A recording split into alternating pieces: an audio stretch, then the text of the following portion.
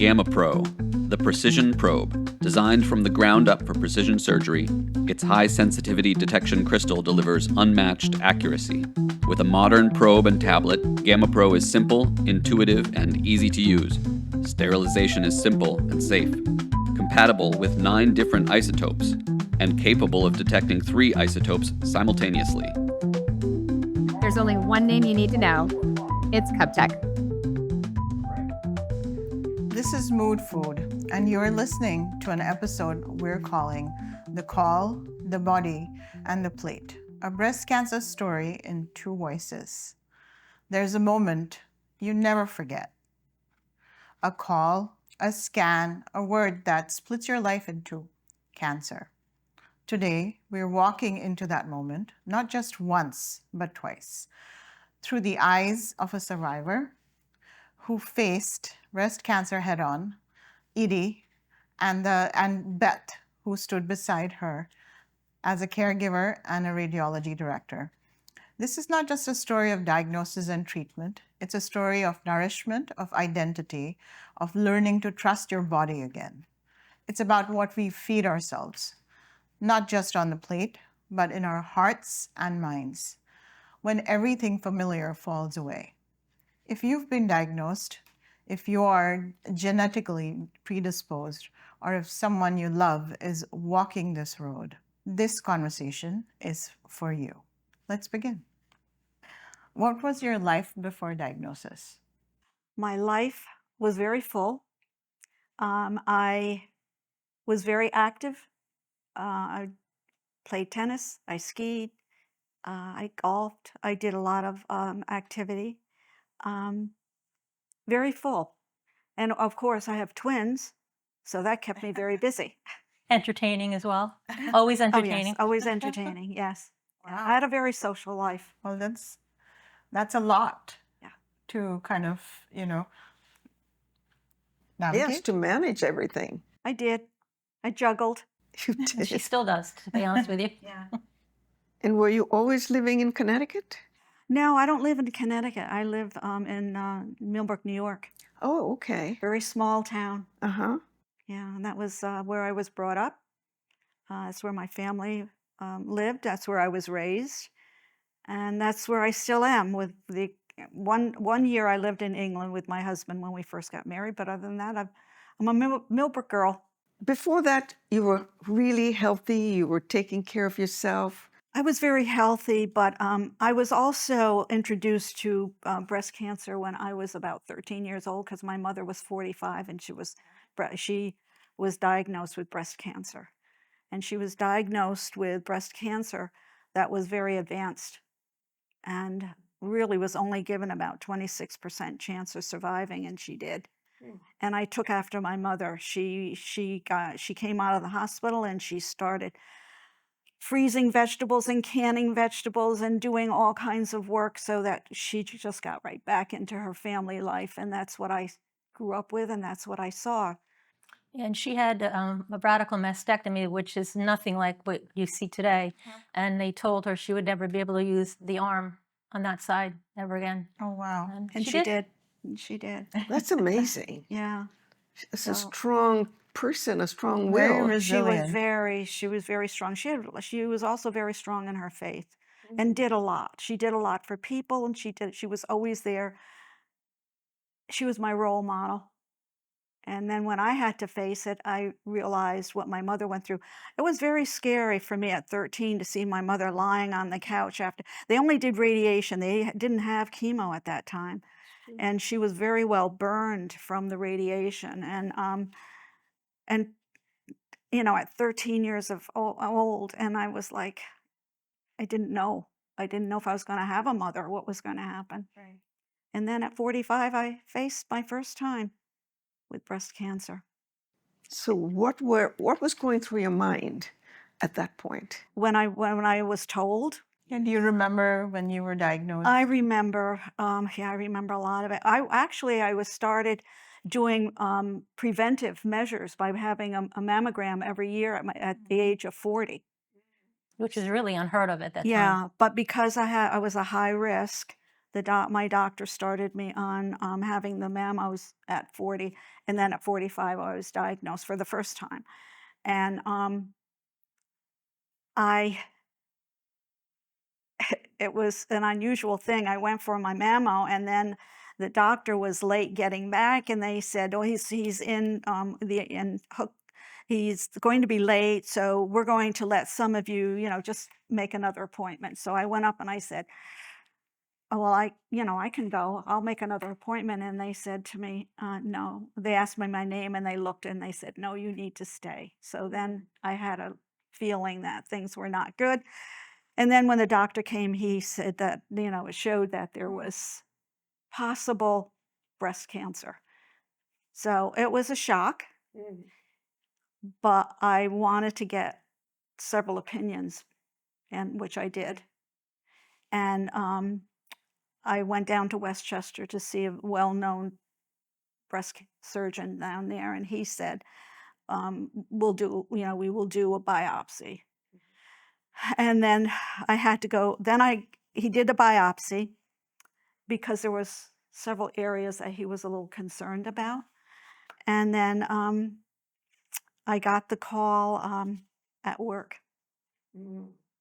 And naturally, when you hear, you do have breast cancer, you start to cry.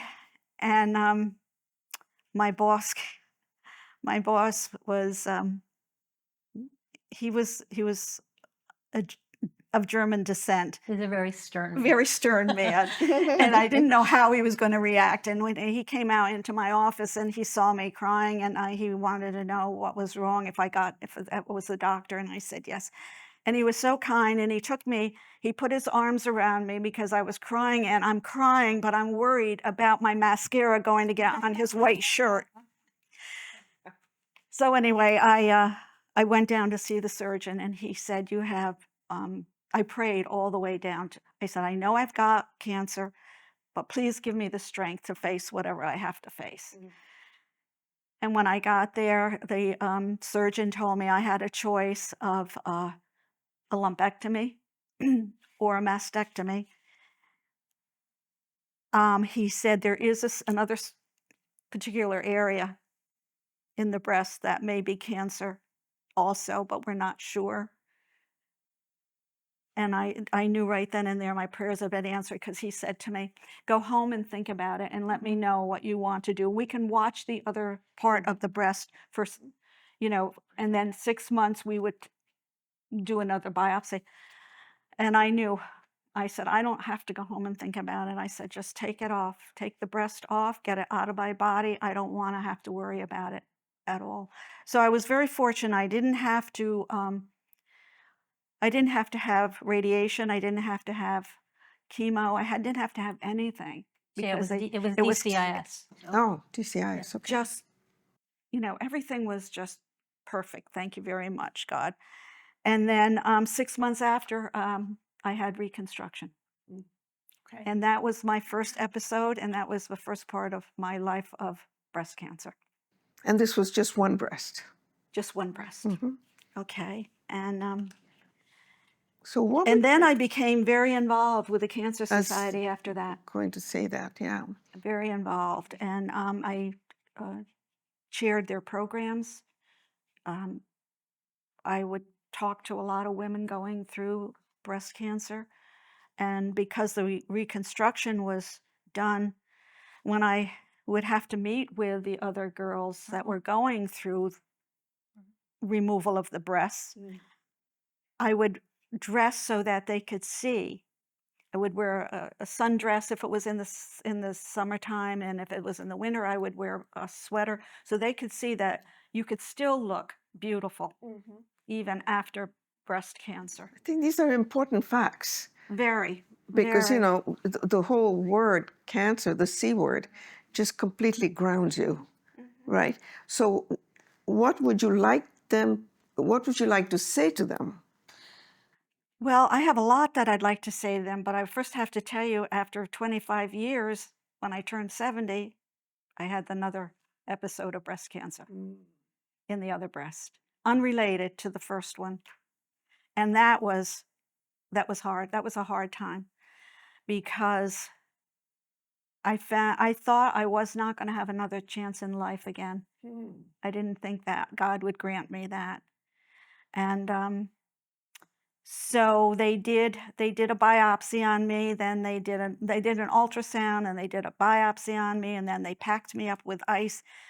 And it was 3 days before Good Friday, and I had to come over to Connecticut to get my grandchildren to take them back to.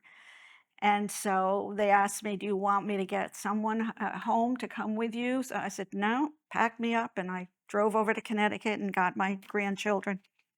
And then on Good Friday, I got the call saying that it was cancer. And so once again, Beth was with me. Thank God for her.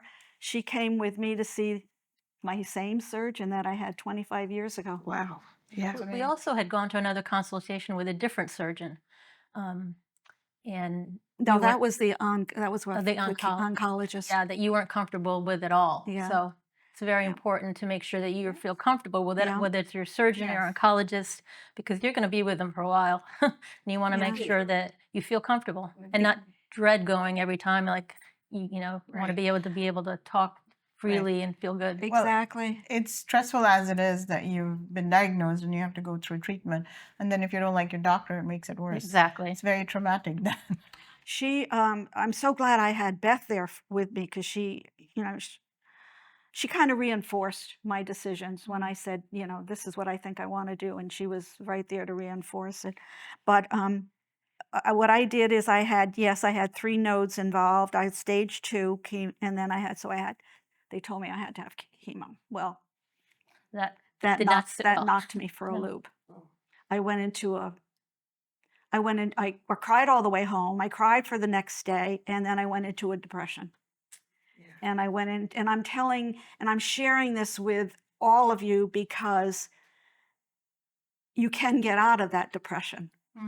And I took it and I turned it around, but I didn't even want to talk to my children. She wouldn't come out of the room Wow.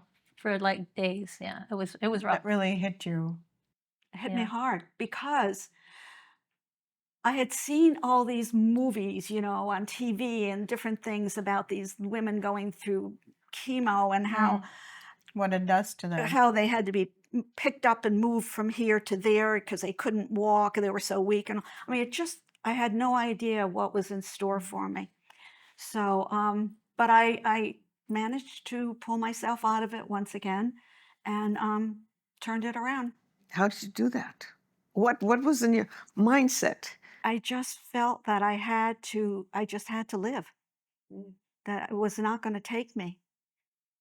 And I'm not saying it was easy, because I would sit out sometimes in my arbor area, and I would look around and I would think, am I going to be here next year to see all this? Am I going to be able to do all of this next year? But I was not going to, there was no way I was going to let cancer take me. So I pulled up. So you said, gosh darn it. Yeah. Now beat you instead of you beating me. That's it, right? Exactly. And this time for this episode of the breast cancer, she had gone back for a 6-month follow-up from a prior mammogram, and it showed. I mean, I saw the prior mammogram was clear, and then this mammogram 6 months later, it's a very small, like a disc size, and I couldn't believe how quickly it was there within 6 months. So it was good that she didn't miss that 6-month follow-up, because it could have gone worse. And that's one of the things I would like to tell the ladies, that please follow up on preventive measures. If they say you should have a mammogram every so often, or you should have it once a year, or whatever, do it, because the mammography has saved my life. My breasts were very dense, so I could not feel it myself, because they always say to self-examine. If you have dense breasts, you're not going to feel it. And the mammographies saved my life twice. It's true. That's amazing. True. Hi, I'm Allison, and I'm a member of the Mozart Mission. We are a group of individuals who've been directly affected by breast cancer in Grand Prairie and the Peace region here. Having the Mozart machine there in the surgical suite would have saved me from 4 additional surgeries. It will reduce the need for reoccurring surgeries, and also it will give confidence to the patients knowing that all of the cancer has been removed the first time. Hear the Mozart mission story in a future episode of the Mood Food podcast. When it comes to specimen imaging, there's only one name you need to know. It's CubTech. Beth, I have a question for you. Yeah.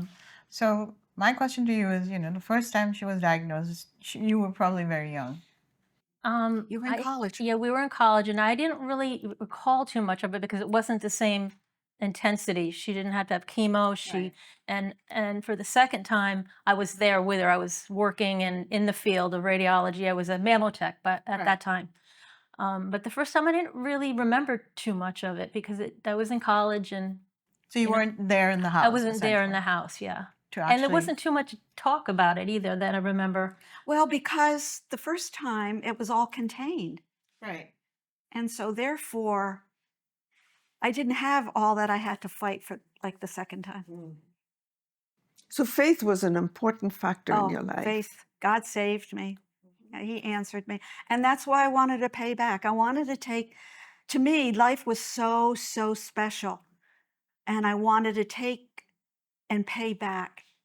And that's why I got involved with the Cancer Society. And I did a lot of TV. I did a lot of radio. I did seminars, presentations to doctors and nurses. And I worked with the ladies that were going through breast cancer. And it made my life richer.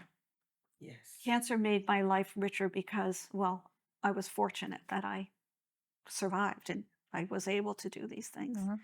And I'm still called upon to do.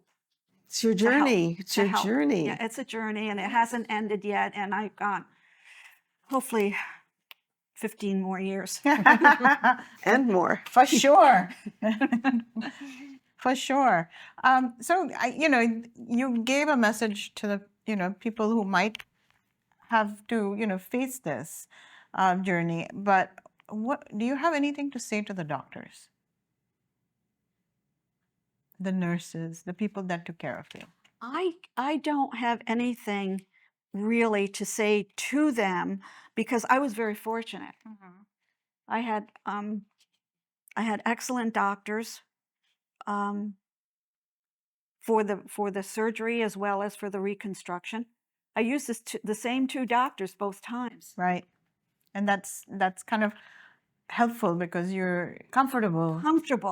You And understand the way they work, and you feel good about the outcome of what they're doing for you.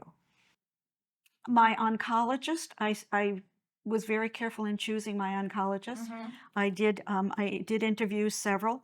Beth came with me, and I chose wisely.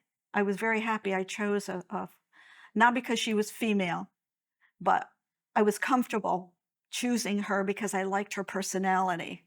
I did interview with another female oncologist doctor, and I just did not like her. We both came out of there saying did not like her. that's a hard no. No. So you have to be comfortable with the doctors Absolutely, that you yes. choose. You really do. I think it was also important that your oncologist would allow me to come into all your consultations with him, and because I was a mammotech at the time, and I could look at a film or I could look at something and know what I was looking at and ask questions that my mother might not have, and he was fine with me doing that. He was. Well, that's kind of worked out what you well. want. If someone tells you don't ask questions or don't get a second opinion, I think even a surgeon just told us you shouldn't be going. I was lucky that I had my daughter. Right. Happened to be in the field. Yes. Yeah. Yes. Very lucky. Is she one of your twins? Yes. Yes, she is. Yeah. So what would you say from a radiology perspective? What do women often misunderstand about screenings and mammograms? I think that you have to have family history of breast cancer. And if I don't have family history, I can really miss my mammograms. But 75 to 85% of women that have breast cancer do not have family history. And that's a huge percentage. That is. So I would say never miss your annual. I mean, a while back there was talk with insurance companies that mammographies don't really do anything for you. You can do them every other year. You don't have to start until you're, 50. When you're over 60, you don't have to anymore. That's all I think that's all false. changed It's now. all It's all completely changed false. now, Yeah. yeah. It came to a point with, I don't know whether it was the industry of insurance companies or what caused it, but there was a point where it was a big controversy, which is very harmful, in my opinion, Yes. at that time. So, as a professional, you saw breast cancer from both sides. Which one was harder, personal or patients? I don't know whether I can answer which was harder, but being a mammography tech at the time helped me prepare for each stage. For instance, a woman would come in for a screening mammogram, and you have a 50% chance of being called back or not. So you're kind of anxious, but you're hopeful. Then you get the call that you need a biopsy, and you're still 50%. Maybe it's not cancer, maybe it is. But I was able to see how different women handled that situation at that phase. And then they come back, the patient comes back and finds out it's a positive breast cancer. So then they have the needle localization to take it out, and then they have to decide whether they want to have a mastectomy or a lumpectomy. So seeing all these different women at different phases helped me prepare me for how my mother might react. And not saying that she might react the same way with anybody. It might be It's different, but individual, it yeah. kind of gave me an ability to foresee what What you're looking at. what I'm looking at, what kind of Yeah. support she would need. Yeah, yeah. And did that help in any which way? It did, yeah, because I could say, oh, that's pretty normal. I've seen women feel that way, and having this difficult decision whether to do a lumpectomy or a mastectomy. And unfortunately, I'm in the same boat as my mother. I would always want to have a mastectomy, Okay, in my opinion. I'm not a doctor. That's just my feeling of right. what And I that's would an do. individual, in your case, that's what would. Right, and be that's the why right I thing to supported do. my mom with it, because I was like, I would do exactly the same thing. Okay. Yeah. Okay. So, I don't know, what is something about early detection that most women either don't know or ignore? I don't know that they don't know it. I think that there's a fear. So a lot of women skip their screening mammogram. Some women never even go for one Right. because they're afraid. And they have to realize that early detection through mammography is priceless. So they shouldn't be scared. No. I mean, there's always, these horror stories, oh, it's so painful and so on and so forth. It really isn't. If you have a good mammography tech and a good rapport with them, you Right. can work, you work your way through it. It's not supposed to be painful at Okay. all. Okay. That's a good, idea of understanding what a person goes through, and also, for them to know that it's not really that painful, and Correct. don't be scared. Essentially, that's the message. I mean, nobody likes to have a mammography. It's, a little uncomfortable, Uncomfortable. but to forfeit doing that and then risk the chance of developing breast cancer and not seeing it early Right. because of that is It's a risk. it's a risk. Yeah. Big one. Yeah. Yeah. And I'm a perfect example correct. because if it wasn't for the mammographies, Right. I would have maybe had a worse time or maybe not been here. Right. Or it could be later rather than sooner that your detection would have happened. And I could have been in a lot worse trouble than I was. Right. Right.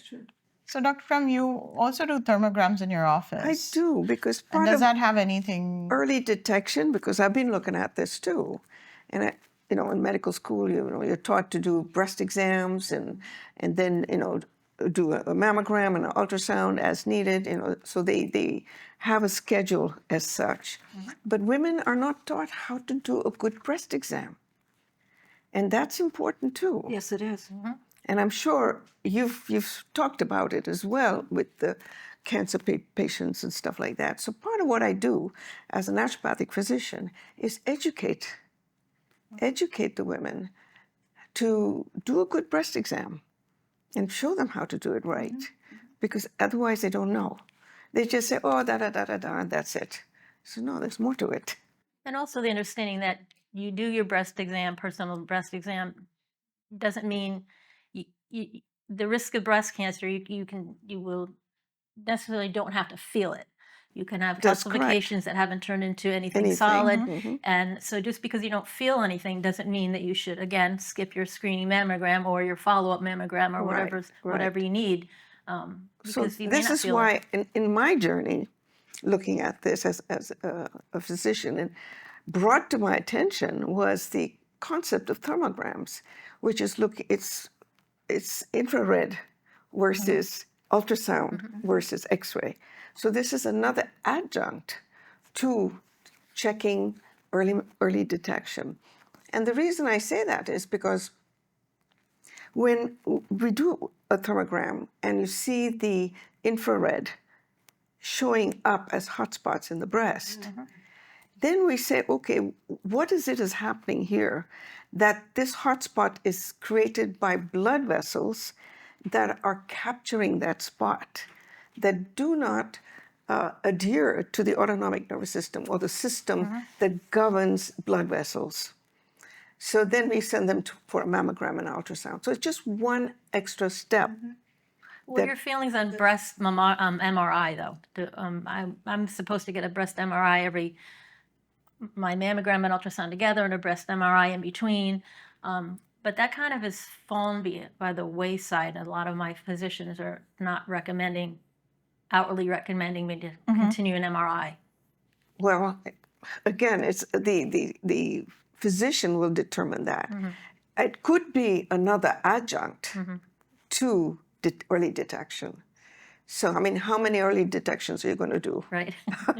And then on top of that, looking at DNA and looking if you have the gene or don't have the gene and stuff like that. And one of the questions I have for both of you is, early detection means how do you prevent it? Like your mother started canning and started freezing. How did you change all of that so that you wouldn't be seen in this position again? Is there such a thing? You changed a lot of your nutrition, a lot of. Yes, thank you for pointing that out. Absolutely. Cut back or cut out processed food. Eat freshly prepared. We started when I started the chemo and all. We started juicing. Remember, Yep.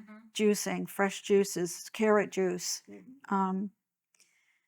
Not storing any of your food in plastic containers or definitely. reheating in plastic. Not using plastic in microwaves and trying not to use the microwave as much as you can.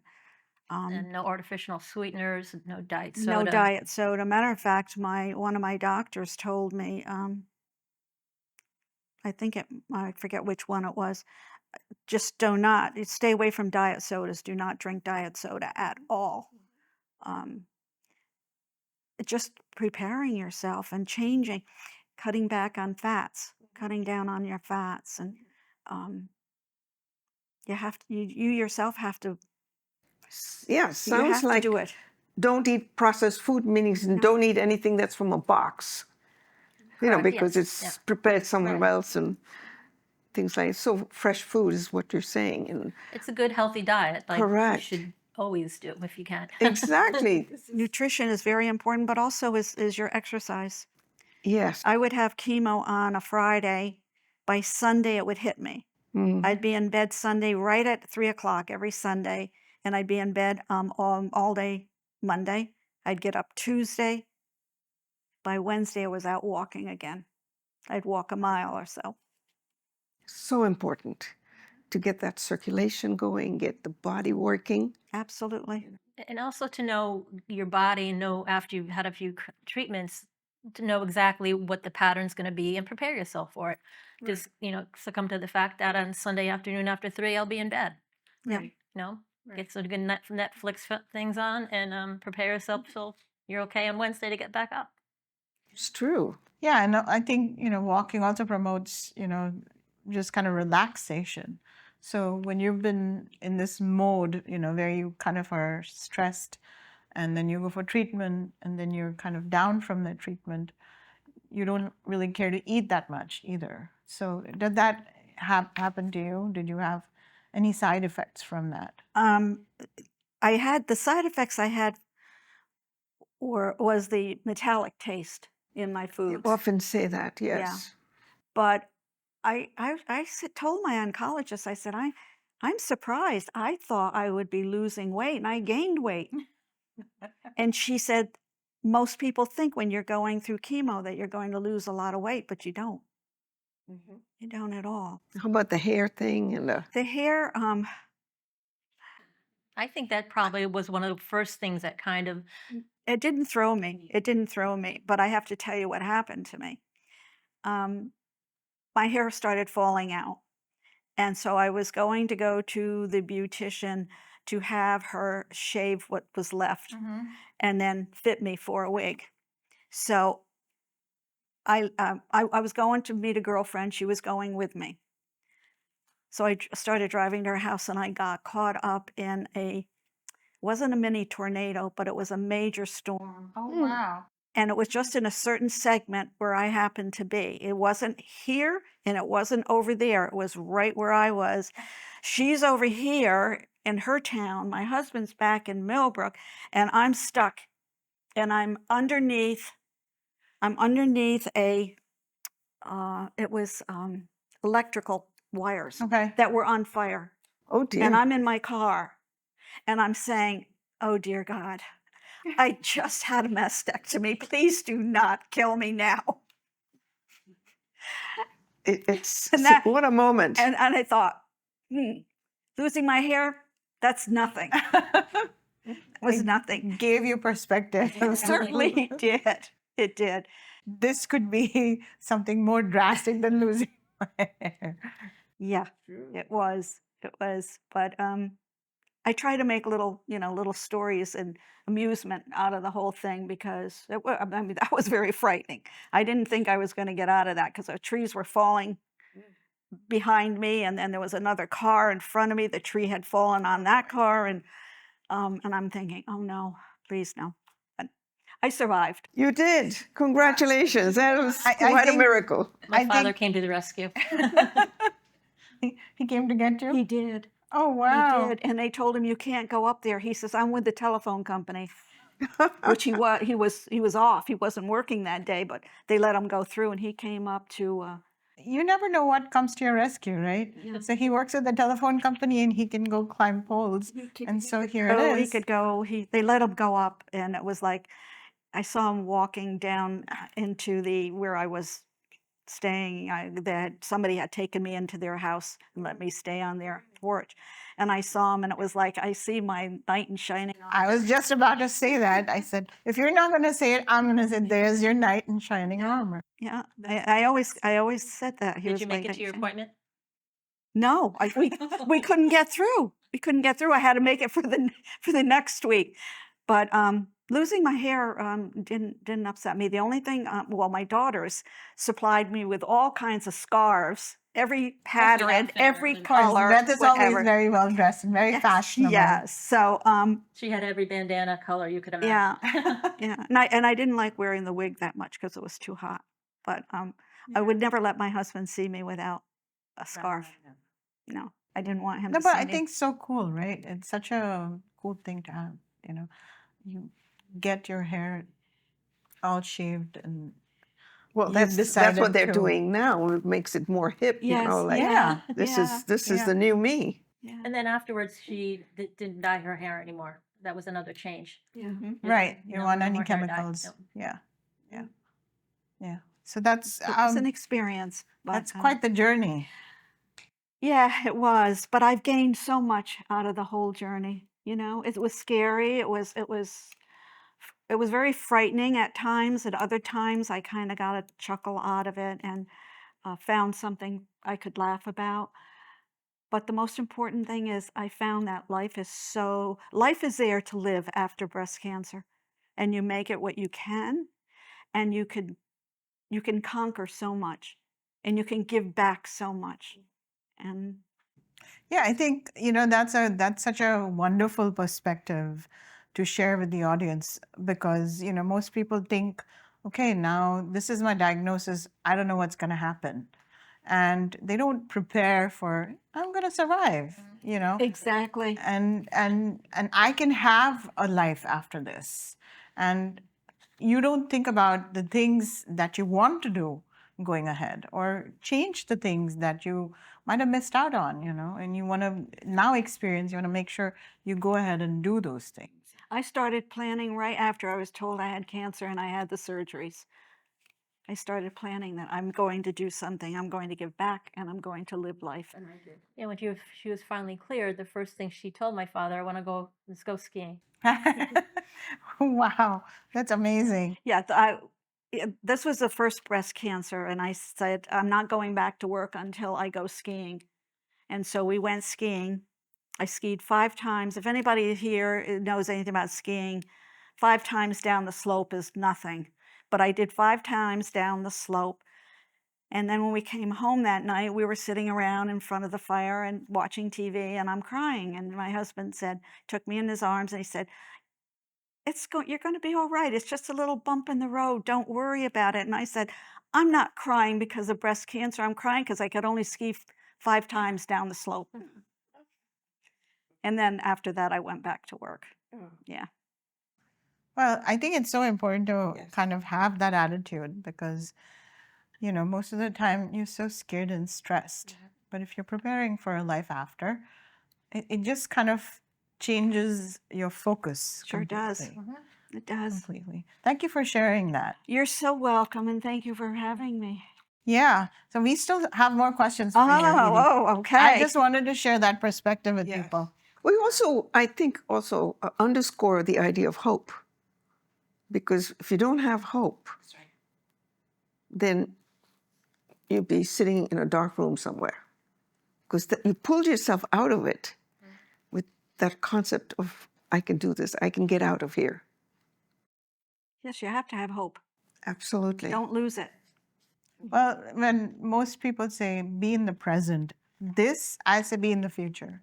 It's better that way because you know where you're headed that way. Yeah, it's important to surround yourself with positive people, supportive people, and even people that have gone through it in the past as well, because you can see that they've made it and they have their life back. And I think that's really important. Yeah. Family support is very important. Right. Friends support is very important. Yes, Yeah. your network. And husband's support is very important. I was so fortunate. I had a husband that supported me all the way and kept telling me, it's just a little bump in the road and Right. not worry. Right. So I think, one of the things that is very important is, how should the men function when their, wife, the daughter, the sister, whoever it is, that woman in their life has been diagnosed with something that's going to change her life completely. I think the husband or the father, whatever the case may be, or significant other, should also be aware that when you're going through chemo, there is such a thing as they call chemo brain. Yes. And I know a couple of times my husband would get a little annoyed with me if I couldn't give him the right answer right away. Well, you can't, because the chemo brain is you're thinking slower. You can't quite find the words that you want to express. And he would get a little annoyed at me, and I'd say, please understand, it's the chemo that's making me like this. And I think if husbands or significant others or fathers could understand, and you're crying, crying comes on sometimes without any control. And just being supportive. I know of a couple of situations where the husbands just left her. Right. Divorced him, walked out, never came back, type of thing. They I guess because they didn't know how to handle it either. However, you need that support. You think there should be men support groups for I think there should be. I believe in support groups for a lot of things. Definitely. I think there should be. And there should be women support groups for the husbands who are going through prostate cancer. Correct. Definitely. And they also should be made aware, and we should be make the audience aware that men also, small percentage, but men They have have breast breast cancer. cancer. Correct. and they should be aware of that as well. Yeah, I've seen it in my practice, my small practice. I've seen it. Yes. Yeah, I think, that's something that we never talk about, or it's such, there is a percentage, but it's much lesser than, women. Exactly, a small percentage, but still it's there. It's still there, and, men don't want to face that fact ever because they think that's a woman's disease. And then if they have to go have a mammogram, I've done my fair share of male mammograms as well, and it's they feel embarrassed because it's not, it's like you said, this is a woman's thing. Correct. So it was difficult on the few men that I had to. Yeah, they don't know how to address it or even face something like that, because they don't even want to share their diagnosis with maybe their friends, who might not know what to, it's like not even in their radar, So I think more and more people should talk about these things because then it kind of takes the stigma away from, Exactly. and also kind of takes away the fact that it's not just a woman's disease, It's true because I'm reading studies that are coming out about plastic. How it gets stored in the body, and especially in tissues, both men and women have, and it's sort of, it disrupts the immune system, it disrupts the hormones. So you've got to pay attention to this and sort of educate people as to things you should have and not have in your environment, basically. And correct me if I'm wrong, but it's so important. Those groups, those support groups can help that. I am an advocate of support groups, absolutely. Absolutely. In many phases of your life, of a person's life. Yeah, I think everybody needs a little team, that they want to surround themselves with that actually are there to help you through whatever it is, whether it's raising kids or dealing with cancer. It's very important to understand each and every aspect of what you're doing. And if people that are experienced or have any knowledge, that they can share is always helpful. It's always helpful hearing it from someone else, Yes. what you're going through and how they're handling it. Right. And Definitely. you get to also, talk to other people, which kind of helps because people who have not gone through those things don't understand what you're going through quite that well. And it just gives you an opportunity to share it with people that. Sure, exactly. Yeah. That is very helpful. So the other question, this begs the question, how do you celebrate milestones now? Actually, I really don't celebrate milestones, but we did have something that we did celebrate. Every Black Friday would go down to Canal Street in New York City. And I was going through the chemo at that time, and my daughters said, it's not going to stop us from going. So we drove down rather than by the train, and they said, when you get tired, Mom, let us know, and we'll stop and we'll go back home. Right. We got down there at 10, and then 12-ish or so, we stopped for lunch. I still kept going, and I kept going till 2:30 in that afternoon. And that was what I consider a milestone because my daughters said we're not giving that up just because of chemo. That's cool. You need to share your suggestions on what you actually buy on Canal Street. Scarves. I have a collection of scarves that you would not believe. Yeah, just bargains. It was just fun because it was all on the street, and It was just something we always did. We looked forward to it, and they looked at me and they said, "You are not going to give it up just because of chemo. Can you do it?" I said, "Sure, I can do it." And we did. That's awesome. Yeah. That's awesome. I think that's another point, that people should have something to look forward to as a milestone, if it is called a milestone, to play, to enjoy something, to be present with that in a healthy way. This is part of health. This is all part of health. Well, when I went through it at 70 years old, I couldn't go back to skiing right away because my legs were not strong. The chemo had just taken so much out of me. But you went once. But I waited. My grandchildren said, "We want you to go with us." So at 74, I went out and I skied again.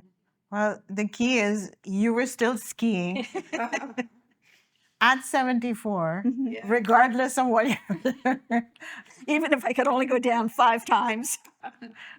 which is what's amazing, Yeah. right? Yeah. That's, I mean, my mom's 78. I cannot even imagine her skiing. So, kudos to you. You actually did something like that. That's fantastic. Yeah. Is that something you enjoyed all your life? I love life. There you go. I love And life. this is why you would pursue these things. Well, she didn't like it in the beginning. She hated it. She said, but my sister and I and our father took to it so much. She said, well, if I ever want to see my family again in the winter, I better learn how to like this. Oh, and actually, I thought, if they're having fun, I'm not staying home. I'm going to go and have fun too. So she eventually took to it, but in the beginning, she was not happy with it. Not happy No. with it. No, but I pursued and conquered. That's awesome. That's just about everything. That speaks volumes about how you faced things, right? Yeah. So I think the word that comes up for me is persistent. You were persistent in everything you looked at. Maybe that's a negative, though. No, because No. it's so strong in how you went through all of this. Yeah. But each experience of going through it makes you stronger. Yeah. At least it did to me. And I'm hoping it does for most of the women that go through breast cancer. Makes you stronger. Mm-hmm. Definitely. Yeah. Well, I can tell you one thing. I don't take no for an answer. So if you're telling me I can't do this, I got to do it. I just have to. And I don't think there's anything wrong with that. No, not at all. No. Well, I'm a Taurus, so I'm stubborn. I'll do anything that I set my mind to. There you go. There you go. So I just want to thank you both for being on this podcast and sharing your journeys. Thank you. As someone who took care of someone in the moment and someone who went through it twice. Well, it's been a pleasure. You're very being here. brave.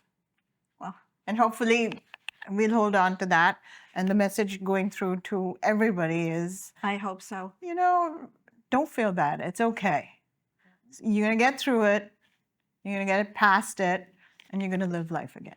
That's right. And life is going to be even better because it's so much more precious to you every moment. Yes. Yes.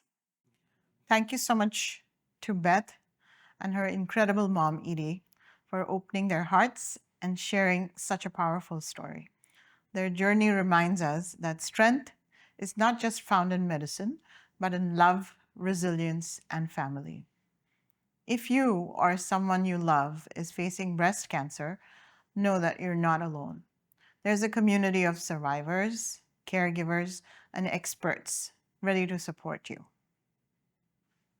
And most importantly, schedule your screening. Check in with your body and never be afraid to ask questions. Early detection saves lives. If this conversation moved you, please share it with someone who needs to hear this. Follow the Mood Food podcast for more real voices, expert guidance, and conversations that nourish the soul. Thank you.